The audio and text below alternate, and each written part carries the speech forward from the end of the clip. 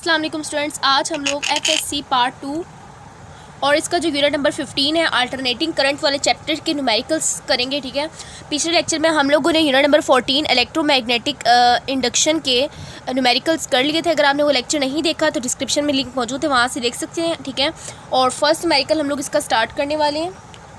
तो student first numerical हमारे पास है the peak voltage of N AC supply is 300 volts, what is the RMS voltage. तो हमें क्या कहा हुआ है कि जो पीक वोल्टेज है, वोल्टेज पी जो हमारे पास कितना है वो 300 वोल्ट्स है। ठीक है, और यहाँ पास क्या है, डाटा है। ठीक है, डाटा में हमें क्या कहा हुआ है कि पीक वोल्टेज कितना है, 300 वोल्ट्स है, और हमने क्या निकालना है, आरएमएस वैल्यू निकालनी है। ठीक है, वो कैसे निकालेंगे, फॉर्मूला आप लोगों को इजीली आता होगा अगर आप लोग चैप्टर पूरा कंप्लीट कर लिया है, और अदरवाइज़ अगर आप लोगों ने नहीं किया तो इंशाल्लाह हम लोग न्यूमेरिकल्स के बाद चैप्टर्स पे भी फोकस करेंगे। ठीक है, क्योंकि न्यूमेरिकल्स के lecture, again I am telling you कि न्यूमेरिकल्स के लेक्चर आप लोगों को कहीं नहीं मिलते एज़ कम्पेयर टू टॉपिक्स। ठीक है, टॉपिक्स आप लोगों को कंसेप्ट मिल जाता है। सो सोल्यूशन में आप लोगों के पास क्या है कि आप लोगों को फॉर्मूला आना चाहिए। वी आर एम एस निकालने का फॉर्मूला क्या होता है, पीक वैल्यू को डिवाइड करते हैं 2 पे। ठीक है, या वी मैक्सिमम को डिवाइड करते हैं 2 पे, और ये कौन सा 2 है, अंडर रूट के साथ है।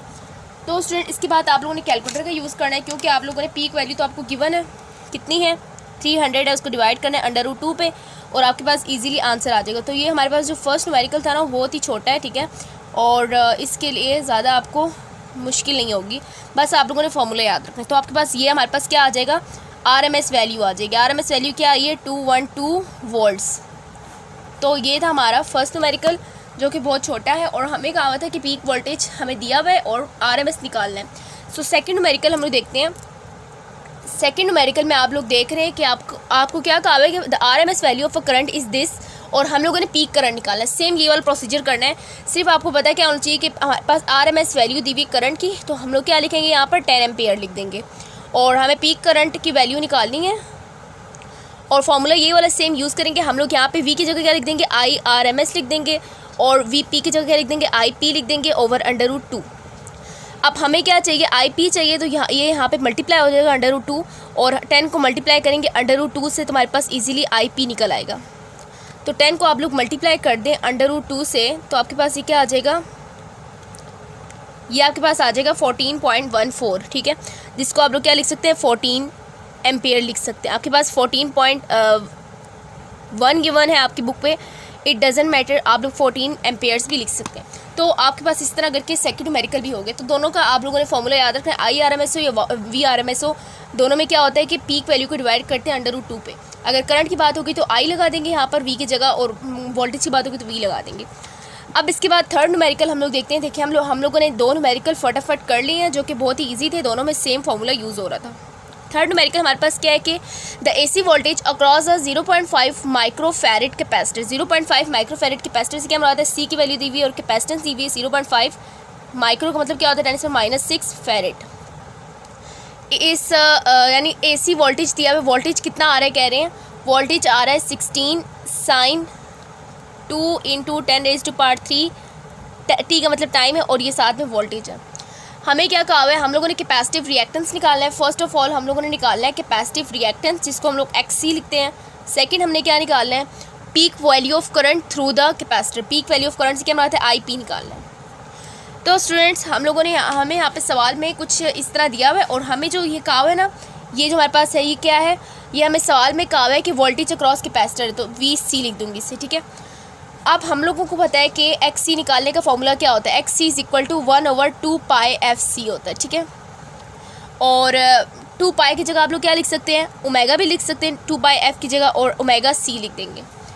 अब इसके बाद नेक्स्ट आपके पास क्या होगा स्टूडेंट्स, ओमेगा की वैल्यू आपको यहाँ पे दी हुई। हमारे पास फॉर्मूला क्या होता है, हमारे पास जो फॉर्मूला होता है वो होता है VM sin थीटा और T। ठीक है, मतलब साइन थीटा V होता है, मतलब ये कि हमारे पास ये क्या होता है, साइन थीटा होता है। ठीक है, अब साइन थीटा मैंने T नहीं है यहाँ पर, sine theta VM sine theta. तो साइन थीटा का मतलब क्या होता है, थीटा का मतलब होता है ओमेगा F होता है, ओमेगा F होता है। जबकि हम लोग F की बात करें तो F क्या होता है, रेसिप्रोकल ऑफ द टाइम होता है। ठीक है, इस तरह होता है ना, F is the reciprocal of the time, यानी T का रिवर्स हम लोग क्या लिखते हैं, F लिखते हैं। अब जब हमें सवाल में क्या दिया हुआ है, 2 × 10⁻³ और साथ में T भी दिया हुआ है, अगर असल में टाइम होता तो यहाँ पे सेकंड लिखा होता, लेकिन यहाँ पे सेकंड नहीं लिखा हुआ, यहाँ पे टी लिखा। मतलब ये कि टी की कोई ना कोई वैल्यू है जो हमें अननोन है और हमने टी को उठा के ऐसे ही लिख दिया। तो इसका क्या मतलब है कि ये किसकी वैल्यू है, ये हमारे पास ओमेगा की वैल्यू है। ठीक है, यहाँ पास क्या है 2 × 10⁻³ ओमेगा की वैल्यू। सो हम लोग यहाँ पे क्या लिख देंगे 1/2 × 10⁻³ और सी हमें कितना दिया हुआ है 0.5 × 10⁻⁻6 और इसको आप लोग सॉल्व करेंगे, आपके पास आंसर निकल आएगा 1 / 2 × 10⁻³ विच इज़ मल्टीप्लाइंग विथ 0.5 × 10⁻⁻6 और ब्रैकेट क्लोज, और आपके पास ये आंसर आ गया थाउजेंड्स ओहम्स। अब ये याद रखना है कि कैपेसिटिव रिएक्टेंस हो या फिर रेजिस्टेंस हो या फिर इंडक्टिव रिएक्टेंस हो, सबका जो यूनिट होता है वो ओहम्स होता है। Again I am telling you कि ओमेगा कैसे आया। ओमेगा हमारे पास 2 × 10⁻³ है और हमें पता है कि थीटा क्या होता है, theta is equal to ω/T होता है। ठीक है, सॉरी हमारे पास क्या होता है ω/T होता है। Theta is equal to theta हमारे पास क्या होता है, मैं आप साफ पेज पे आप लोगों को दोबारा बताती हूँ। ठीक है, तो स्टूडेंट्स आप लोगों को मालूम है कि हमारे पास जो एंगुलर वेलोसिटी होती है वो क्या होता है, एंगुलर वेलोसिटी क्या होती है, एंगुलर डिस्प्लेसमेंट ओवर टाइम। ठीक है, ये तो आपको मालूम है। और आप लोगों को सवाल में अगर आप लोग सवाल में देखें ना, सवाल में आपके पास फार्मूला कैसे बनता है, आप लोगों ने जो फार्मूला बनाया है VM sin थीटा बनता है। अब थीटा आपने पुट करना है, थीटा आपके पास क्या बनेगा, यहाँ से ω/T बनेगा। सो आप लोग क्या करेंगे VM sin ω/T कर देंगे। ठीक है, और आप लोग अगर वैल्यू देखें, आप लोग को जो बुक पे गिवन है 16 sin 2 × 10⁻³ दिया हुआ है। अब 3t का मतलब क्या है कि ये अलग वैल्यू है और ये t की वैल्यू अननोन है। अगर t की वैल्यू नोन होती तो हम लोग क्या लिखते, इसका यूनिट सेकंड लिखते या फिर कुछ भी ना लिखते, लेकिन हम लोगों ने यहाँ पे t यूज़ किया हुआ है। तो इसका क्या मतलब है, इसका मतलब ये कि हमारे पास t की वैल्यू अननोन है। सो हमने क्या किया कि VM sin ओमेगा की वैल्यू क्या पुट की है 2 × 10⁻³ और साथ में t ऐसे ही लगा दिया। तो दैट्स वाई हम लोगों ने ओमेगा की वैल्यू क्या पुट की है 2 × 10⁻³ तो स्टूडेंट्स उम्मीद करती हूँ कि आपको समझ आ गई होगी। ठीक है, हम लोगों ने सिंपली क्या किया है कि एंगुलर वेलोसिटी वाला फार्मूला यूज़ किया, एंगुलर डिस्प्लेसमेंट ओवर टाइम, और एंगुलर डिस्प्लेसमेंट को अलग किए तो angular velocity multiply by time बन गया। ठीक है, और इस तरह करके आप लोगों ने वैल्यू लगा ली है जो कि आपको फार्मूला में ज़रूरत थी। सो स्टूडेंट हम लोग अपने न्यूमेरिकल की तरफ वापस आते हैं। हम लोगों ने क्या निकाल दी, कैपेसिटिव रिएक्टेंस निकाल लिया। हम लोगों को क्वेश्चन में पहले पार्ट में यही कहा था। नेक्स्ट पार्ट में हमें क्या कहा हुआ है, नेक्स्ट पार्ट में हमें कहा हुआ है कि हम लोगों ने पीक करंट निकालना है। तो पीक करंट निकालने के हम स्टूडेंट्स करेंगे क्या कि हम लोगों ने अभी क्या निकाला है, XC निकाला है। अब I मैक्सिमम जब मैंने निकालना है, ठीक है स्टूडेंट्स, I मैक्सिमम जब मैंने निकाला है तो मैं क्या करूँगी, मैं करूँगी V मैक्सिमम ओवर XC। मतलब ओहम्स लॉ वाला फॉर्मूला यूज़ किया, लेकिन यहाँ पर ये R रेजिस्टेंस नहीं है बल्कि क्या कैपेसिटिव रिएक्टेंस है। तो जो कैपेसिटर जो होता है, जो रेजिस्टेंस अपोजिशन देता है उसको हम लोग क्या बोलते हैं, कैपेसिटिव रिएक्टेंस बोलते हैं। अगर इंडक्टर देगा, इंडक्टर कोई अपोजिशन शो करेगा करंट के फ्लो के लिए, तो हम उसको क्या बोलेंगे, उस को हम लोग बोलेंगे इंडक्टिव रिएक्टेंस। सो हम लोग यहाँ पे क्या करने लगे, हम लोगों ने पीक करंट निकालना है, जबकि हमें पीक वोल्टेज की वैल्यू पता है। अगर हम लोग क्वेश्चन में देखें, मैंने आपको भी बताया कि हमारे पास फॉर्मूला क्या होता है, V = VM। VM का मतलब क्या होता है, M का मतलब होता है मैक्सिमम। मैक्सिमम मतलब पीक करंट। पीक करंट की वैल्यू में क्वेश्चन में गिवन है 16 गिवन है स्टूडेंट, 16। ठीक है, यहाँ पास क्या पीक वोल्टेज है, पीक वोल्टेज की वैल्यू आपके पास क्या गिवन है, 16 गिवन है। सो आप लोग 16 यहाँ पुट करेंगे, साथ में डिवाइडेड बाई क्या है 1000, और इसको आप सॉल्व करेंगे तो 16 × 10⁻, ये ऊपर आके क्या हो जाएगा -3 हो जाएगा। ठीक है, कैमरे का थोड़ा इशू आ रहा है। तो इस तरह से आप लोगों ने क्या निकाला है, 16 × 10⁻³ एम्पेयर्स करंट निकाला है। ठीक है, तो ये हमारा था न्यूमेरिकल नंबर 3 जो कि हम लोगों ने इजीली सॉल्व कर लिया। बस आप लोगों को यहाँ पे पता होना चाहिए कि आपने किस चीज़ में क्या वैल्यू पुट करनी है। ठीक है, अब नेक्स्ट न्यूमेरिकल हमारे पास है न्यूमेरिकल नंबर 4। न्यूमेरिकल नंबर 4 में हम लोग क्या करने वाले हैं, हमें सवाल में कहा हुआ है the voltage across a 0.01 microfarad capacitor is 240 sin 1.25 × 10⁻⁴ T - 30 degrees volt. Write the mathematical expression for the current through it. सबसे पहले आप लोगों ने लिखना क्या होता है, डाटा लिखना होता है। डाटा में आपको क्या दिया हुआ है कि कैपेसिटर का क्या दिया हुआ है, कैपेसिटेंस दी हुई है। ठीक है, तो C हमें कितना दिया हुआ है 0.01 × 10⁻⁻6 फैरेड। नेक्स्ट हमें क्या दिया हुआ है, नेक्स्ट हमें दिया हुआ है वोल्टेज की वैल्यू, हमने भी पढ़ा है V is equal to V M sine theta होता है, ठीक है। सो हम लोग ये पुट करने लगे 240 sine 1.25 into 10⁻⁴ t minus 30 degrees volt. अब ये t का क्या मतलब है कि t की वैल्यू नॉन नहीं है, ठीक है। सेम वही प्रोसीजर आप लोगों ने करना है, ठीक है। और नेक्स्ट हमें क्या कहा हुआ है, हम लोगों ने मैथमेटिकल एक्सप्रेशन लिखना है फॉर आई के लिए हम लोगों ने मैथमेटिकल एक्सप्रेशन लिखना है, और आई की वैल्यू भी साथ निकालेंगे तो हमें पता चलेगा, यानी आई एम भी हमें पता होना चाहिए। ये हमारे पास वी एम है तो हमें आई एम भी मालूम होना चाहिए।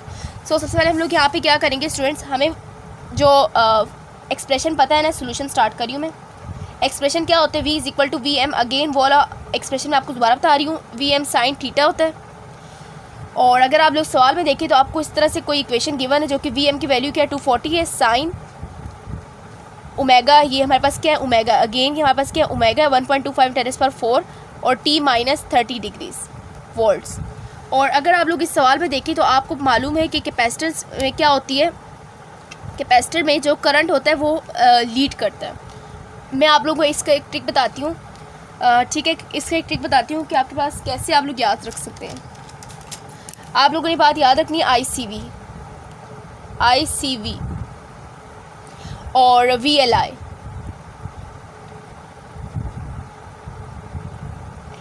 कैपेसिटर में करंट लीड करता है, वोल्टेज लैग करता है, 90 पे लैग करेगा, ठीक है, 90 पे लीड करेगा। इंडक्टर में वोल्टेज लीड करता है, करंट लैग करता है, ठीक है। ICV VLI, तो आपको पता होना चाहिए कि ICV से मुराद क्या है, कि ICV से कैपेसिटर की बात हो रही तो ICV यूज़ करेंगे। ICV से मुराद क्या है कि करंट क्या करेगा, लीड करेगा, करंट लीड करेगा, ठीक है। सो हम लोग इसको फर्दर आगे सॉल्व करते हैं। तो हमारे पास ये क्या हो जाएगा, हम लोग आगे फर्दर सॉल्व करेंगे। सबसे पहले हमें क्या चाहिए, सबसे पहले हमें चाहिए XC निकालेंगे तो हमारे पास IM निकलेगा। IM निकालने के लिए क्या फॉर्मूला लगाएंगे, V is equal to IR वाला फॉर्मूला लगाएंगे, लेकिन IR नहीं लिखना स्टूडेंट्स, ये गलती नहीं करनी, IXC लिखेंगे, ठीक है। ये कैपेसिटर की क्या है, रेजिस्टेंस है, जिसको हम लोग कैपेसिटिव रिएक्टेंस बोलते हैं। तो XCV निकालने के लिए क्या करेंगे, 1/2 पाई FC, 1/2 पाई F की जगह क्या लिखेंगे, 2 पाई F हमारे पास क्या होता है ओमेगा होता है, ओमेगा C लिख देंगे। ओमेगा की वैल्यू मैंने आपको बता दी है कि क्या दी हुई यहाँ पर 1.25 इंटू 10⁻⁴ मल्टीप्लाई बाई कैपेसिटर्स की वैल्यू क्या दी हुई 0.01 इंटू 10⁻⁻6। कैलकुलेटर पे सॉल्व करें और आपके पास XC निकल आया, ठीक है। 1 divided by 1.25 multiplying with 10⁻⁴ which is multiplying with 0.01 which is multiplying with 10⁻⁻6, और ये आपके पास वैल्यू निकल आई है जो कि है 8000, और ये हमारे पास क्या निकली है अभी, कैपेसिटर की रिएक्टेंस निकली है, ठीक है, 8000 ओहम्स निकली है। अभी हमारे पास XC निकला है, ठीक है। रिमेंबर इट कि हम लोगों ने अभी I निकालना है, ठीक है। तो इस तरह से आप लोगों ने XC निकाल लिया, जो कि यहाँ तक मैंने कर दी। अब इसके बाद मैं नेक्स्ट पेज निकालती हूँ ताकि आप लोगों को समझने में भी आसानी हो। तो स्टूडेंट मैंने XC की वैल्यू कितनी निकाली है, XC की वैल्यू निकाली है 8000 ओहम्स निकाली है। और हमें चाहिए क्या, हमें चाहिए IM चाहिए। IM के लिए हमें VM दिया हुआ है, VM कितना दिया हुआ है, अभी मैंने फॉर्मूला आप लोगों को बताया, V is equal to VM sine theta होता है। VM की जगह हमें कितना लिखा हुआ है 240 वोल्ट्स लिखा हुआ है, ठीक है।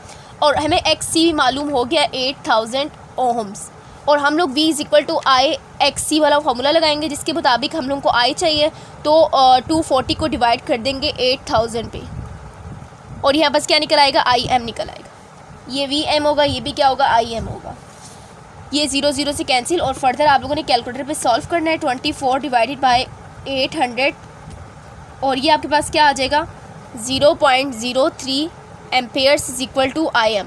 मतलब पीक करंट कितनी है हमारे पास, पीक करंट जो है उसकी वैल्यू कितनी है 0.03 एम्पेयर्स है। सो ये आपके पास बुक में आंसर मौजूद है, और हम लोगों ने अब इसके लिए एक्सप्रेशन भी निकालना है। Again I am telling you कि I के लिए भी एक्सप्रेशन सेम होगा, I is equal to IM sine, but मैंने आपको क्या बताया, मैंने आपको बताया कि इसमें ये क्या करता है, करंट लीड करता है, करंट लीड करता है। और अगर आप लोग सवाल में देख रहे हैं कि आपके पास ऑलरेडी थीटा की जगह वैल्यू गिवन है, थीटा की जगह क्या क्या वैल्यू गिवन है, I is equal to IM निकाल दिए, IM की वैल्यू लगाएं 0.03 साइन, थीटा की जगह क्या दिया है आपको सवाल में, V वैल्यू में आपको 1.25 ये आप लोगों ने लिखना है इंटू 10⁻⁴। थीटा है होता क्या है, theta is equal to omega T होता है, 1.25 10⁻⁴ T, और साथ में आपको एंगल भी दिया हुआ है, एंगल कितना दिया हुआ है -30 दिया हुआ है। ये भी साथ लिखेंगे और साथ में +90 वो वाला जो आप बता रहे हैं कि करंट लीड करता है, करंट लीड करता है, तो हम लोगों ने +90 ऐड किया। और -30 कौन सा वाला है? -30 वो वाला एंगल है जो कि वोल्टेज कवर कर रहा है। 0.03 sign 1.25 into 10⁻⁴t plus minus करें क्या आएगा? +60 डिग्रीज आएगा। So student this is all about question number 4। और साथ में आप लोगों ने एक यूनिट क्या लगाना है? यूनिट आप लोग आएंगे एम्पेयर। एम्पेयर क्यों लगाएंगे? क्योंकि आप लोगों ने यहाँ पे करंट के एक्सप्रेशन निकाले, करंट के एक्सप्रेशन के लिए आप लोगों ने यूनिट क्या लगाना है? आखिर में एम्पेयर लगाना है। जब आप किसी वोल्टेज के लिए निकालते हैं तो आप लोग आखिर में यूनिट क्या लगाते हैं? वॉट्स लगाते हैं, ऑब्वियस सी बात है। सो आप लोगों ने इस तरह ये न्यूमेरिकल भी सॉल्व कर लिया। अब इसके बाद हम लोग 5th न्यूमेरिकल देखते हैं। न्यूमेरिकल ईजी है स्टूडेंट्स, बस प्रैक्टिस की ज़रूरत है आप लोगों को, ठीक है? और प्रैक्टिस करेंगे तो आप परफेक्शन की तरफ जाएंगे।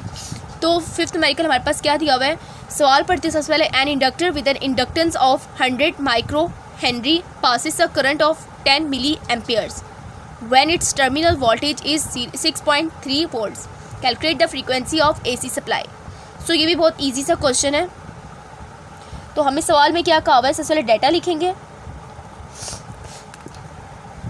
हमें कहा हुआ है कि इंडक्टेंस कितनी है? 100 माइक्रो हेनरी, 10⁻⁻6 हेनरी। हमें क्या कहा हुआ है? करंट कितना है? 10 इंटू 10⁻⁻3 एम्पेयर्स, 10 मिली एम्पेयर्स है। हमें वोल्टेज कितना दिया हुआ है? 6.3 वोल्ट्स दिया हुआ है। हमें क्या कहा हुआ है? Frequency of the AC supply निकालना है। सो सोल्यूशन स्टार्ट करते हैं। सोल्यूशन भी इजी सा ही होगा, डाटा भी इजी सा ही है, ठीक है? और हमें क्या पता है कि एक्सएल क्या होता है? एक्सएल हमारे पास इंडक्टिव रिएक्टेंस होता है जो कि किसके बराबर होता है? 2πfl के बराबर होता है। अब एक्सएल हमारे पास एक और भी चीज़ होती है। एक्सएल हमें एक्सएल डायरेक्टली गिवन तो नहीं है ना। एक्सएल मतलब ये कि इंडक्टिव रिएक्टेंस हमें डायरेक्टली गिवन नहीं है, तो हम लोग कैसे निकालेंगे? ओहम्स लॉ के फॉर्मूले से निकालेंगे, V/I। तो स्टूडेंट आप लोग यहाँ से क्या करेंगे? V/I से एक्सएल निकालेंगे और फिर एक्सएल को यहाँ पुट कर दें, या फिर आप सिंपली क्या कर दें? दोनों इक्वेशन को आमने सामने ले आएँ। कैसे लाएँ? कि आप दोनों को कंपेयर करें, कंपेयरिंग 1 and 2। तो इससे क्या होगा? एक्सएल से कैंसिल हो जाएगा। आप लोगों ने सिंपली क्या लगाना है? V/I = 2πfl। लेकिन सवाल में आपको क्या चाहिए? f चाहिए। तो आप इन सारी चीज़ों को क्या कर दें? V/I multiply by 2πl = f। तो इस तरह से आप f निकाल लेंगे विद दिस फॉर्मूला। और फिर फर्दर आप लोगों ने क्या करना है? वैल्यूज़ पुट करनी है और आंसर निकालना है। तो v हमें कितना दिया हुआ है? v हमें दिया हुआ है 6.3 और इसको डिवाइड किससे करना है? i कितना दिया हुआ है? 10 इंटू 10⁻⁻3, फिर 2π है, फिर l हमें कितना दिया हुआ है? 100 इंटू 10⁻⁻6। सो कैलकुलेटर पे आप इनको सॉल्व कर लें और आपके पास आंसर इजीली निकल आएगा, ठीक है? तो हम लोगों ने यहाँ पे क्या किया? 10 into 10⁻⁻3 which is multiplying with 2π which is multiplying with 100 multiply by 10⁻�6 और ये आपके पास वैल्यू निकल आई है जो कि क्या है? 1 2 3 4 5 6, यानी 10 की पावर क्या आएगी? 6 आएगी। या फिर आप लोग पूरी ये वैल्यू लिख सकते हैं, अदरवाइज आप लोग 10 की पावर 6 हर्ट्स क्या आई है? फ्रीक्वेंसी आई। सो स्टूडेंट इस तरह से आप लोगों ने ये वाला सवाल भी कंप्लीट कर लिया, ठीक है? फिर मैं आपको बता दूं कि आप लोगों ने इस पर या फिर कंपेयर कर लें, या फिर आप लोग क्या कर लें? यहाँ से एक्सएल की वैल्यू निकालें, फिर यहाँ डालें और फिर इसको निकालें। तो आप लोग सिंपली कंपेयर कर लेंगे तो ये दोनों आपस में कैंसिल हो जाएगा और V/I यानी एक्सएल की जगह क्या लिख दिया? V/I लिख दिया, 2πfl के बराबर रख लेंगे। तो ये था हमारा न्यूमेरिकल नंबर 5। इसके बाद हम लोग करेंगे numerical number 6। So student numerical number 6 हमारे पास क्या है कि फर्स्ट हमारे पास है कि कैलकुलेट द इंडक्टिव रिएक्टेंस। हम लोगों ने क्या कैलकुलेट करना है? इंडक्टिव रिएक्टेंस कैलकुलेट करना है। और हमें क्या दिया हुआ है कि इंडक्टिव रिएक्टेंस ऑफ इंडक्टर। अब इंडक्टर की हमें वैल्यू दी हुई है, इंडक्टर की वैल्यू, इंडक्टेंस की वैल्यू कितनी दी हुई है? L = 3 इंटू 10⁻⁻3 हेनरीज दी हुई है। और हमें फर्दर क्या कहा हुआ है? हमें फर्दर कहा हुआ है when 60 hertz and 10 kilo hertz AC voltage are applied. जब 60 हर्ट्स यानी फर्स्ट फ्रीक्वेंसी में कितनी दी हुई है? 60 हर्ट्स। सेकेंड फ्रीक्वेंसी में कितनी दी हुई है? 10 इंटू 10⁻3 हर्ट्स। देन हमें क्या कहा हुआ है? सेकंड में हम लोगों ने इतने वोल्टेज अप्लाई किया है, AC वोल्टेज अप्लाई किया है, इतने हर्ट्स वाले AC वोल्टेज अप्लाई किया है। तो हम लोगों ने क्या बताना है? हम लोगों ने XL बताना है। सो नेक्स्ट हमारे पास क्या है? पार्ट बी में हमें क्या कहा हुआ है? पार्ट 2 लिख देती हूँ मैं इससे। पार्ट बी में हमें कहा हुआ है what is RMS current. RMS current निकालना है, करंट RMS 1 निकालना है, मतलब फ्रीक्वेंसी 1 के लिए RMS करंट 2 निकालना है, मतलब फ्रीक्वेंसी 2 के लिए। और इफ़ वोल्टेज, अगर वोल्टेज RMS कितनी है, RMS वोल्टेज कितना है, 120 वोल्ट्स है। सो ये हमारा थोड़ा लेंथी होगा, लेकिन ये भी इजी है अगर आपको फार्मूलाज आते हो। तो जो 60 हर्ट्ज़ है वो क्या है, लो फ्रीक्वेंसी है, और जो 100 इंटू 10 हमारे पास जो 10,000 जो हर्ट्ज़ है वो कितनी है, हाई फ्रीक्वेंसी है। सो सबसे पहले हम लोग क्या करेंगे, सबसे पहले हम लोग XL निकालेंगे। XL 1 होगा, यानी फ्रीक्वेंसी 1 के लिए। हमें पता है XL का फॉर्मूला क्या होता है, 2πfl, लेकिन हम लोग 1 के लिए निकालें तो 1 यहाँ पे लिखेंगे। 2π फ्रीक्वेंसी 1 कितनी, 60, L कितना है, 3 इंटू 10⁻³ इसको सॉल्व करेंगे आप लोग तो आपके पास ये क्या आएगा, 120π मल्टीप्लाई 3 इंटू 10⁻³ इसको आप लोग कैलकुलेटर पे आप इजीली सॉल्व कर सकते हैं। इंटू 3 इंटू 10⁻³ इंटू पाई, तो ये आपके पास कितना आ गया, 1.13 ओहम्स आ गया। Again I am telling you कि इंडक्टिव रिएक्टेंस हो, कैपेसिटिव रिएक्टेंस हो और या फिर रेजिस्टेंस हो, सबके लिए यूनिट क्या होता है, ओहम्स होता है। सो नेक्स्ट हम लोगों ने क्या कैलकुलेट करना है, तो इसके साथ हम लोग क्या कैलकुलेट करेंगे, XL2 कैलकुलेट करेंगे, जो कि कैसे कैलकुलेट करेंगे, 2πf2l करेंगे। 2πf2 कितना है हमारे पास, 10,000 है, यानी 10 इंटू 10⁻³ है, और L की वैल्यू कितनी है, 3 इंटू 10⁻³ है।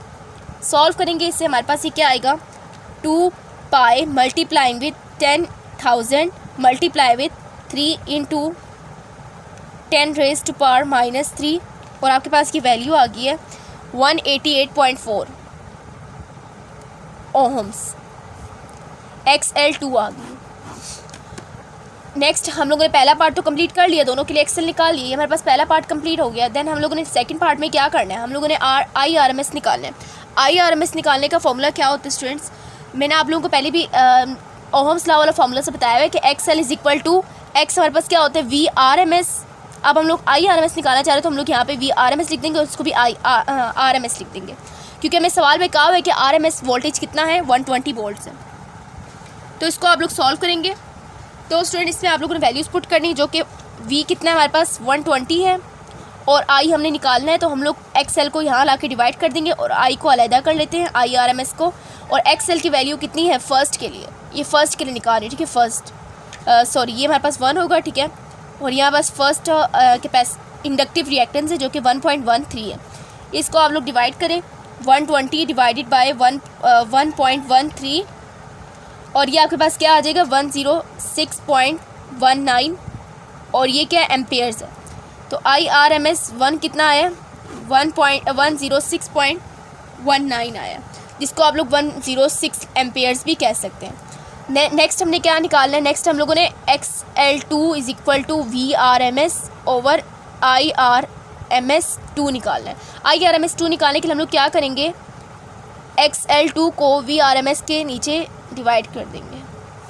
तो इसको डिवाइड करेंगे 120 ओवर 188.4 ओहम्स, और ये हमारे पास क्या वोल्टेज है, तो अब इसको डिवाइड करेंगे तो आपके पास ये क्या निकल आएगा, IRMS is equal to amperes में आंसर निकल आएगा। तो 120 को डिवाइड करें 188.4 से, आपके पास ये क्या आ रहा है, 0.63 एम्पेयर्स क्या आ गया, आंसर आ गया। तो स्टूडेंट इस तरह से आप लोगों ने ये सवाल भी कंप्लीट कर लिया। तो मैंने आपको बताया था कि ये सवाल लेंथी ज़रूर है बट मुश्किल नहीं है। फार्मूलाज आप लोगों को आने चाहिए अच्छी तरह से, आप लोगों को बताना चाहिए कि कैपेसिटिव रिएक्टेंस क्या होता है, इंडक्टिव रिएक्टेंस क्या होता है। इनके लिए आप लोगों ने इंडक्टिव रिएक्टेंस और कैपेसिटिव रिएक्टेंस किस तरह से फार्मूलाज को मोल्ड करके निकाल सकते हैं। इस तरह से आप लोगों ने ये सवाल कंप्लीट कर लिया। तो ये था हमारा 6th क्वेश्चन जो कि पूरे पेज पे आया है। लेंथी ज़रूर है बट मुश्किल नहीं है, ठीक है, डिफ़िकल्ट नहीं है। आप लोगों ने प्रैक्टिस ज़रूर करनी है, ठीक है, प्रैक्टिस करनी है, लाजमी करनी है। और इसी तरह से स्टूडेंट्स मैं आप लोगों को बता दूं कि अगर आप लोगों ने मेरे चैनल को अभी तक सब्सक्राइब नहीं किया तो सब्सक्राइब कर लें, और वीडियो पसंद आए तो लाइक कर लें और दूसरों के साथ शेयर भी करें। और वीडियो के बारे में मुझे लेक्चर्स, उसी रेलिवेंट लेक्चर्स के कमेंट सेक्शन में मुझे ज़रूर बताएं कि आपको लेक्चर्स कैसा लगा, ठीक है, लेक्चर कैसा लगा उसके बारे में मुझे कमेंट में ज़रूर बताएं। नेक्स्ट न्यूमेरिकल है, numerical number 7। Now starting our third last numerical, बल्कि 4th लास्ट न्यूमेरिकल है, ठीक है। और इससे हम लोग क्या करने वाले हैं, इसमें हम लोग करने वाले हैं 7th numerical for the same RLC series circuit. RLC तीनों क्या लगे हुए, सीरीज़ पे लगे हुए, मतलब ये कि इन तीनों को हम लोग क्या करते हैं, एक ही सीरीज़ में लगा दें। ये R है, ये हमारे पास L है और यहाँ पास क्या है, C है। ये तीनों क्या लगे हुए, सीरीज़ में लगे हुए हैं। तो हमें क्या कहा हुआ है, तीनों सीरीज़ में लगे हुए और उनके रजिस्टर की वैल्यू कितनी है। तो हम लोग यहाँ पे सबसे पहले क्या करते हैं, डाटा लिखते हैं, ठीक है। रेजिस्टेंस हमें कितना दिया हुआ है, 40 ओहम्स दिया हुआ है। जब ओहम्स दिया हो तो उसका क्या मतलब, रेजिस्टेंस है रजिस्टर की। और जो इंडक्टर की वैल्यू वो कितनी है, L = 3 × 10⁻³ हेनरीज, ठीक है। और इसके बाद हमें कहा हुआ है कि कैपेसिटर्स, जो कैपेसिटेंस है, मतलब हम लोग सवाल पूरा पढ़ते हैं अब इसके बाद। और N है 5 माइक्रोफैरेड कैपेसिटर। 5 माइक्रोफैरेड कैपेसिटर क्या मतलब है, कैपेसिटेंस है 5 × 10⁻⁻6 फैरेड। देन नेक्स्ट हमें क्या कहा, फाइंड द रेजोनेंट फ्रीक्वेंसी। हम लोगों ने रेजोनेंट फ्रीक्वेंसी निकालनी है, मतलब FR निकालना है। नेक्स्ट हमने क्या निकालना है, नेक्स्ट हमने निकालना है कैलकुलेट IRMS हमने निकालना है रेजोनेंस में, जबकि हमारे पास VRMS कितना है, 120 वोल्ट्स है। तो स्टूडेंट अब इसको भी हम लोग सॉल्व करने वाले हैं। सबसे पहले अगेन आपको फॉर्मूला पे ग्रिप होनी चाहिए, जो कि आपके पास FR रेजोनेंस फ्रीक्वेंसी का फॉर्मूला क्या होता है, 1/2 पाई √LC, ठीक है। LC क्या है हमारे पास, इंडक्टेंस और कैपेसिटेंस। 1/2 पाई √L हमारे पास कितना है, 3 × 10⁻³ C हमारे पास कितना है, 5 × 10⁻6। फर्दर इसको सॉल्व करें कैलकुलेटर पे और यहाँ बस क्या आएगा, 1/√। सबसे पहले मैं क्या करूँगी स्टूडेंट्स, सबसे पहले मैं अंडर रूट को सॉल्व करती हूँ, ठीक है, ताकि मेरे लिए इजी रहे। और मैं इसको सबसे पहले ब्रैकेट्स में यूज़ करूँगी ताकि पता चले कि पूरे के ऊपर क्या है, अंडर रूट है। × 5 × 10⁻⁻, मैं इसको लिख लेती हूँ बल्कि फिर आपको दिखाऊंगी। तो इस तरह से आप लोगों ने अंडर रूट लिया तो आपके पास क्या आ रहा है, वैल्यू क्या आ रही है, 2 पाई × 1.2 × 10⁻⁻4। अब इसको आप लोग सॉल्व कर लें। 1 डिवाइडेड बाय 2 पाई × 1.2 × 10⁻⁻4 और ये आपके पास वैल्यू आ रही है, ये आपके पास वैल्यू क्या आ रही है स्टूडेंट्स, 1326.2, ये नहीं बल्कि 3 लिख लेते हैं इसे, 3। और इसको आप लोग पावर्स में लिखना चाहें तो कैसे आएगी, ये 1.3 × 10⁻³ हर्ट्ज़ आ जाएगी। तो रेजोनेंस फ्रीक्वेंसी इतनी आ गई हमारे पास, ठीक है, रेजोनेटिंग फ्रीक्वेंसी इतनी आ गई है। फर्दर स्टूडेंट्स आप लोगों ने दूसरे पार्ट में क्या करना है, दूसरे पार्ट में आप लोगों ने बताना है IRMS VRMS कितना है, 120 वोल्ट्स है। सिंपल से स्टूडेंट्स, जब हमारे पास R L और C तीनों हमारे पास सीरीज़ में लगे हों और साथ में ये रेजोनेटिंग हो, मतलब कि रेजोनेंस में हो, तो हम लोग किसको प्रेफर करेंगे, किसके रेजिस्टेंस को प्रेफर करेंगे, हम लोग रेजिस्टर के रेजिस्टेंस को यानी रेजिस्टेंस को प्रेफर करेंगे। और हम लोग यहाँ पे क्या करेंगे, हम लोग यहाँ पे करेंगे IRMS = VRMS/R, मतलब हम लोग यहाँ पे क्या लगा रहे हैं, ओहम्स लॉ वाला फॉर्मूला लगा रहे हैं। तो हम लोग यहाँ पे क्या करेंगे, VRMS में कितना दिया हुआ है 120 और R कितना दिया हुआ है 40। तो हमें यहाँ पे सिर्फ रेजिस्टेंस, हम लोग यहाँ पे रेजिस्टेंस की वैल्यू लगाएंगे। और रेजोनेटिंग फ्रीक्वेंसी में होता क्या है कि L और C क्या होता है, बराबर होता है। सो दैट्स वाई हम इसको प्रेफर नहीं करें और हम क्या करेंगे, R को पुट करेंगे और यहाँ पे हम लोग इजीली वैल्यू निकाल लेंगे, जो कि IRMS कितना आ रहा है, IRMS आ रहा है 3 एम्पेयर्स। सो ये था हमारा न्यूमेरिकल नंबर 7 और हमें सवाल में बताया हुआ था VRMS इतना है, IRMS निकालना है, ठीक है। और इस तरह हम लोगों ने इस न्यूमेरिकल को सॉल्व कर लिया। तो उम्मीद करती हूँ क्वेश्चन आपको समझ आ गया होगा। कोई भी क्वेश्चन हो तो आप लोग मुझसे कमेंट सेक्शन में पूछ सकते हैं। I will try my best to answer you, ठीक है। मैं आप लोगों को जवाब देने की पूरी कोशिश करूँगी। और इसके बाद हमारे पास न्यूमेरिकल नंबर 8 है। स्टूडेंट न्यूमेरिकल नंबर 8 में कहा है कि एक register of resistance 30 ohms is connected in series with a capacitor of capacitance 79.5 microfarad across a power supply of 50 hertz and 10 watts. Find first is the impedance. impedance क्या होता है, collective resistance, और मतलब ये कलेक्टिव रेजिस्टेंस होता है, opposition होता है, उसको हम लोग impedance बोलते हैं।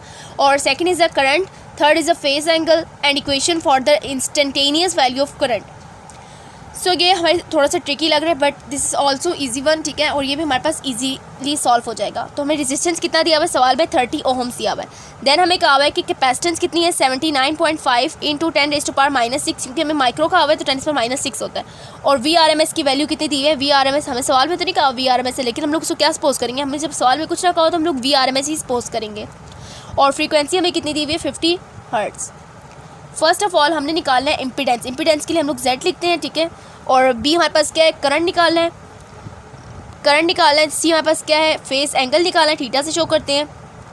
D हमारे पास क्या है, इंस्टेंटेनियस करंट की वैल्यू निकालनी है। अब इंस्टेंटेनियस करंट की वैल्यू निकालने से क्या हम आते हैं, I निकालना है। I इज इक्वल टू क्या होता है, IM साइन थीटा प्लस हमारे पास क्या होगा, फाई होगा, फेस एंगल भी होगा, ठीक है। तो स्टूडेंट ये जो हमारे पास फाई है या फिर इसको हम लोग थीटा भी बोल सकते हैं, ये हमारे पास क्या है, ये हमारे पास ये वाली वैल्यू जो हमने यहाँ पे सर्च आउट करेंगे, ठीक है। तो इस तरह से आप लोगों ने इस सवाल को भी सॉल्व करना है। इंपीडेंस की वैल्यू निकालने के लिए फॉर्मूला क्या होता है, सबसे पहले सोल्यूशन स्टार्ट करते हैं। इंपीडेंस की वैल्यू फाइंड आउट करने का फॉर्मूला ये होता है कि जब हमारे पास रेजिस्टेंस और कैपेसिटेंस दोनों क्या लगी हो, रेजिस्टर और कैपेसिटर दोनों क्या लगी सीरीज़ में लगी हो, तो हम दोनों को क्या करते हैं, सिंपली इंपीडेंस निकालने के लिए दोनों की अपोजिशंस को ऐड कर लेते हैं। यानी रेजिस्टेंस की वैल्यू का स्क्वायर प्लस कैपेसिटिव रिएक्टेंस की वैल्यू का स्क्वायर, और हमारे पास ये क्या आ जाएगा 30 का स्क्वायर प्लस, अब हमें ये XC नहीं पता, XC निकालने के हम क्या करेंगे, XC is equal to 1/2 pi FC होता है, ये तो आपको मालूम है। और 1/2 पाई 50 हमें फ्रीक्वेंसी दी हुई और C की वैल्यू में कितनी दी हुई 79.5 इंटू 10⁻⁻6। इसको आप लोग कैलकुलेटर पे सॉल्व करेंगे और आपके पास ये क्या आ जाएगा 1/2 pi into 50 multiplying with 79.5 multiply with 10⁻⁻6, और यहाँ बस वैल्यू आ गई है 40 ओहम्स, ठीक है। अब इसको मैं यहाँ पे पुट करूँगी, 40 का स्क्वायर लूँगी। अब सिंपली आप लोगों को ब्रैकेट लगानी है और 30 का स्क्वायर, या फिर आप लोग पहले क्या कर लें, 30 का स्क्वायर ले लें, 900, 40 का स्क्वायर ले लें, 1600। अब अंडर रूट लगाएँ, ब्रैकेट लगा के अंडर रूट ब्रैकेट लगा कर अंडर रूट लगाएँ देन ब्रैकेट लगाएँ, ठीक है। और 900 प्लस 1600 प्लस लगाना है, मैंने यहाँ पे सब्ट्रैक्ट मल्टीप्लाई का निशान लगा दी। सो उसके बाद आप लोगों ने ब्रैकेट क्लोज करनी है और आपके पास ये आंसर आ जाएगा 50 ओहम्स। तो Z की वैल्यू आप लोगों ने इजीली निकाल ली है 50 ओहम्स। सो इस तरह से आप लोगों ने Z की वैल्यू यानी इंपीडेंस निकाल ली है। फर्स्ट ऑफ ऑल आप लोगों ने इंपीडेंस निकालना है, देन सेकंड आपने क्या निकालना है, करंट निकालना है। करंट निकालने के लिए क्या करेंगे आप लोग, करंट निकालने के लिए हम लोग क्या करते हैं कि करंट IRMS ही निकालते हैं, पीक करंट ही निकालेंगे। IRMS निकालने के लिए क्या करेंगे, VRMS ओवर Z, ठीक है। और हमें सवाल में V के बारे में कुछ नहीं बताया हुआ था कि RMS है या पीक है, सो हम लोग इसको क्या प्रेफर करें कि हमारे पास RMS है। अब V कितना दिया हुआ है हमें सवाल में 100, Z कितना निकाला हम लोगों ने 50, यहाँ पास क्या आ जाएगा ईजिली 2 एम्पेयर आ जाएगा, कैलकुलेट करने की ज़रूरत ही नहीं है। और यहाँ पास क्या आ गई है, करंट आ गई है। अब ये नहीं बोलेंगे हम लोग IRMS करंट है, हम बोलेंगे करंट आ गई, ठीक है। करंट की वैल्यू निकाल लिया। थर्ड में हम लोगों ने निकालना है कि C पार्ट में थीटा निकालना है। थीटा हमारे पास क्या होता है, tan reverse XC over R होता है। ये फार्मूला भी आप लोगों को आना चाहिए, XC ओवर R होता है, हमेशा R नीचे होता है। अब जब XL की बात करेंगे तब XL ऊपर आ जाएगा। tan theta tan reverse XC कितना है 40, R हमारे पास कितना है 30। इसको आप लोग सॉल्व करेंगे, tan theta tan reverse 40 over 30, और ये आपके पास कितना आ रहा है 53 डिग्रीज आ रहा है। अब इस थीटा वाले एंगल को मैं किस में पुट करूँगी, इंस्टेंटेनियस करंट निकालते हुए उसमें थीटा की जगह पुट करूँगी। तो इंस्टेंटेनियस करंट निकालने के लिए मैं क्या करूँगी, I is equal to IM sine theta plus theta. अब ये थीटा में दो थीटा हो रहे हैं, सो मैं इसको फाई कह देती हूँ, ठीक है। इसको मैं क्या कह देती हूँ, फाई कह देती हूँ। सो फाई को मैं यहाँ पुट करूँगी और IM मेरे पास कितना आया है, IM मेरे पास आ रहा है सो IM मुझे मालूम नहीं है, मैंने यहाँ पे IRMS निकाला था। IM निकालने के लिए मैं क्या करूँगी, IM निकालने के लिए मैं IRMS को मल्टीप्लाई कर दूँगी √2 से। ये फर्स्ट न्यूमेरिकल का फॉर्मूला मैं यूज़ कर रही हूँ, ठीक है। सेकंड में हम लोगों ने जो कैलकुलेट किया करंट वाला, उस वाला फॉर्मूला मैं यूज़ कर रही हूँ। IRMS वैल्यू कितनी थी, 2 थी, और इसको √2 से मल्टीप्लाई करना है। 2 मल्टीप्लाइंग विथ √2, और हमारे पास कितना आ रहा है ये 2.8 2.8 आ रहा है, 2.8 एम्पेयर आ रहा है आई एम, यानी पीक वैल्यू कितनी आ रही है 2.8। अब 2.8 यहाँ पुट कर दूंगी, साइन थीटा हमारे पास कितना होता है, थीटा हमारे पास होता है ओमेगा टी, ठीक है, ओमेगा टी होता है प्लस 53 डिग्रीज। और फिर हम लोग क्या करेंगे 2.8 ओमेगा क्या होता है स्टूडेंट्स, ओमेगा होता है 2 पाई एफ और साथ में टी प्लस 53 डिग्रीज, और एफ़ की वैल्यू हमें अगेन गिवन है 50। अब मैं क्या करूँगी 2 को मल्टीप्लाई कर दूँगी, 2 को पाई से मल्टीप्लाई करूँगी, उसको 50 से मल्टीप्लाई करूँगी, मेरे पास क्या आ रही है 314 आ रहा है। तो मैं इन तीनों वैल्यूज़ की जगह क्या लिख दूँगी 314 लिख दूँगी। सो मैं इसको ब्लू से लिखती हूँ ताकि आप लोगों को नज़र आए, 2.8 साइन 314 और साथ में ये टी लगा रहने दूँगी प्लस, क्योंकि टी की वैल्यू हमें नहीं मालूम, सो हम लोग यहाँ पर इस तरह से एक इक्वेशन बना लेंगे जो कि किसके लिए, इंस्टेंटेनियस वैल्यू ऑफ करंट को फाइंड आउट करने के लिए, और साथ में यूनिट क्या लगेगा एम्पेयर लगेगा। तो स्टूडेंट आप लोग देख सकते हैं कि मैंने किस तरह इस न्यूमेरिकल को सॉल्व किया है, ठीक है। और आखिर में जो यूनिट जो लगाना है वो लगा लें तो ज़्यादा अच्छी बात है, ठीक है, क्योंकि हम लोग करंट के निकालें तो करंट का यूनिट क्या होता है एम्पेयर होता है, वो लिखना है साथ।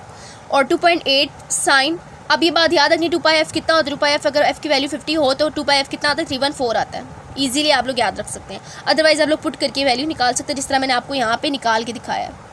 सो स्टूडेंट ये हमारे पास था न्यूमेरिकल नंबर 8। अब इसके बाद सेकंड लास्ट न्यूमेरिकल करेंगे। न्यूमेरिकल नंबर 9 है, a coil having a resistance of 7 ohms and an inductance of 31.8 millihenries is connected to 230 volts 50 hertz supply. Calculate number 1 the circuit current, number 2 phase angle, number 3 power factor, number 4 power consumed.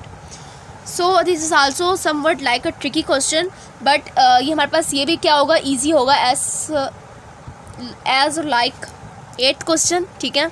और हमें यहाँ पे data में क्या दिया हुआ 7 ohms resistance है, L हमें कितना दिया हुआ है 31.8 इंटू 10⁻³ हेनरीज दिया हुआ है। वी आर एम एस हमें कितना दिया हुआ है सवाल में। अब मैंने कहा था कि हम लोग को सवाल में वी आर एम एस या फिर वी एम है हमें ना बताया हो तो हम लोग किसको प्रेफरेंस देंगे, वी आर एम एस को ही देंगे। एफ़ की वैल्यू अगेन 50 हर्ट्ज़ है, क्योंकि हमारे जो घर में नॉर्मल जो सप्लाई आ रही होती है वो कितनी होती है, फ्रीक्वेंसी की वैल्यू 50 हर्ट्ज़ होती है। और फर्स्ट ऑफ ऑल हमने क्या निकालना है, आई आर एम एस की वैल्यू निकालनी है। सेकंड में निकालना है थीटा फेस एंगल। थर्ड में क्या निकालना है, सी में cos theta. Now what is the cos theta, cos theta is the power factor, याद रखना है इसको, ठीक है। डी हमारे पास क्या है, पावर कंज्यूम निकालना। सो स्टूडेंट अब हम लोग सोल्यूशन स्टार्ट करते हैं। अब आप लोगों को बताना चाहिए कि आई आर एम एस की वैल्यू कैसे निकाल सकते हैं। एक ही मेथड है कि हम लोग क्या करेंगे, ओहम्स लॉ और फॉर्मूला लगाएंगे वी ओवर इम्पीडेंस। अब दो चीज़ें ना, आर और एल दोनों हैं।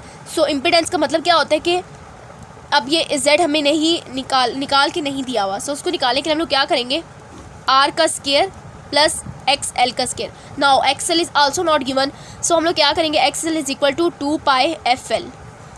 2 पाई एफ एल तो गिवन है ना, एफ तो गिवन है 50, एल कितना है 31.8 इंटू 10⁻³ इसको आप लोग सॉल्व कर लें, और सॉल्व करने पे आपके पास क्या आएगा, 2 पाई इंटू 50 इंटू 31.8 इंटू 10⁻³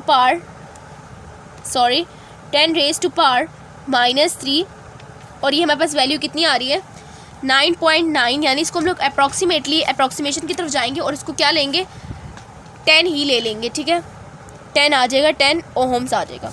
अब मैं क्या करूँगी, यहाँ पर z की वैल्यू निकालूंगी। z निकालने के लिए मैं क्या करूँगी कि r की वैल्यू कितनी है 7 का स्केयर प्लस 10 का स्केयर, और इसको फर्दर सॉल्व करेंगे 49 प्लस 100 √49 प्लस 100 कितना आ जाएगा, ये मेरे पास यहाँ पे सबसे पहले मुझे ब्रैकेट लगानी चाहिए, ठीक है। तो स्टूडेंट इस तरह से आपके पास z की वैल्यू कितनी आ गई है 12.2, और ये क्या होगा, इसका यूनिट भी इम्पीडेंस की यूनिट भी क्या होता है, ओहम्स ही होता है। अब मैंने क्या करना है, इस z को मैंने इस फॉर्मूला में पुट करना है और आई आर एम एस निकालने की कोशिश करनी है, बल्कि निकालना ही है। v की वैल्यू कितनी दी हुई, वी आर एम एस कितना दिया हुआ है 230, और z की वैल्यू कितनी दी हुई है हमें निकाली हमने भी 12.2। अब इसको मैं क्या करूँगी, फर्दर डिवाइड करूँगी, 230 डिवाइडेड बाय 12.2, और ये मेरे पास कितना आ रहा है 18.8 एम्पेयर्स। अब ये करंट है तो एम्पेयर्स यूनिट लगाएंगे साथ। तो ये हो गया हमारा पार्ट नंबर 1। पार्ट नंबर 1 इस तरह निकाल लिए। पार्ट नंबर 2 निकालने के लिए क्या करेंगे, थीटा हम लोग कैसे निकालते हैं, दोबारा से वही फार्मूला tan रिवर्स और हमेशा r नीचे रहेगा। तो इधर हम लोग l की बात करें तो यहाँ पे xl आ जाएगा। tan रिवर्स xl कितना निकाला है हम लोगों ने 10 और r कितना है 7। tan रिवर्स लेंगे और फिर क्या करेंगे 10 डिवाइडेड बाय 7 और ये आपके पास कितना आ रहा है 55 डिग्रीज एंगल आ रहा है, फेस एंगल। थर्ड में हमने क्या निकालना है, power factor cos theta. cos theta निकालने के क्या करेंगे, cos को मल्टीप्लाई कर देंगे सिंपली 55 से, क्योंकि थीटा हम निकाल चुके हैं ऑलरेडी। तो हम लोग क्या करेंगे cos 55 लेंगे और ये मेरे पास कितना आ रहा है 0.573 आ रहा है। और इस तरह हम लोगों ने पावर फैक्टर भी निकाल लिया। इसका यूनिट कुछ भी नहीं होगा, ना इसके आगे कोई डिग्रीज वगैरह लगाएंगे। डी में हम लोगों ने क्या निकाल लें, पावर कंज्यूम निकाल लें। पावर कंज्यूम का फॉर्मूला क्या होता है, P = VI। अब साथ में क्या लगेगा, cos थीटा लगेगा, ठीक है, VI cos थीटा। VI में आप लोगों ने क्या करना है, जो आप लोगों को VRMS, जो भी आप लोगों को सवाल में जो V और I गिवन है वो आप लोगों को लगाने हैं। पीक नहीं लगाते कभी भी, हमेशा क्या लगाते हैं RMS वाली वैल्यूज़ लगाते हैं। तो V हमें कितना दिया हुआ है 230, I कितना दिया हुआ है 18.8, cos थीटा कितना है 55। वैसे आप लोग इस cos थीटा की जगह डायरेक्ट क्या लगा सकते हैं 0.573 भी लगा सकते हैं इस पूरे की जगह। तो हम लोग क्या करेंगे 0.573 लगा देंगे, 18.8 मल्टीप्लाई बाय 0.573 और ये आपके पास कितना आ रहा है 2477.6, ठीक है 2477.6। और अगर इससे आप लोगों की बुक में थोड़ी सी मतलब ज़्यादा चेंजिंग हो तो आप लोग उसको दोबारा से देख सकते हैं, ठीक है। 230 है और 18 पॉइंट हम लोगों ने यहाँ पे 18.85 नहीं लिखा, देयरफॉर हमारे यहाँ पे क्या हो रहा है कि वैल्यूज़ में थोड़ी चेंजिंग आ रही है, लेकिन आप लोगों की 24 तो सेम आया ना 7.7 और इसको हम लोग क्या बोलेंगे वॉट्स में होगा। पावर हमेशा किस में होता है स्टूडेंट्स, याद रखना कि हमेशा क्या होता है वॉट्स इसका यूनिट होता है। तो इस तरह से हम लोगों ने पावर भी निकाल ली है। तो उम्मीद करती हूँ कि ये सवाल भी आपको ईज़िली समझ आ गया होगा, ठीक है। और मैंने आपको पहले बताया था कि सवाल भी ज़्यादा ट्रिकी नहीं है, ठीक है, आप लोगों के लिए इजी ही है और थोड़ा सा पेज ज़्यादा गंदा हो गया, बट अगर आप लोग मेरे साथ साथ चले होंगे तो आपको समझ आ गई होगी मैंने आखिर में किया क्या है, ठीक है। तो इस तरह से हम लोगों ने सेकंड लास्ट न्यूमेरिकल भी सॉल्व कर लिया। अब हम लोग करेंगे लास्ट न्यूमेरिकल। 10th न्यूमेरिकल हमारे पास है कि एक capacitor which has resistance of 10 ohm and a capacitance value of 100 microfarad is connected to a supply voltage given as. Supply voltage हमें गिवन है और हमने क्या कैलकुलेट करना है, capacitive reactance, circuit impedance and peak current flowing into the into the capacitor.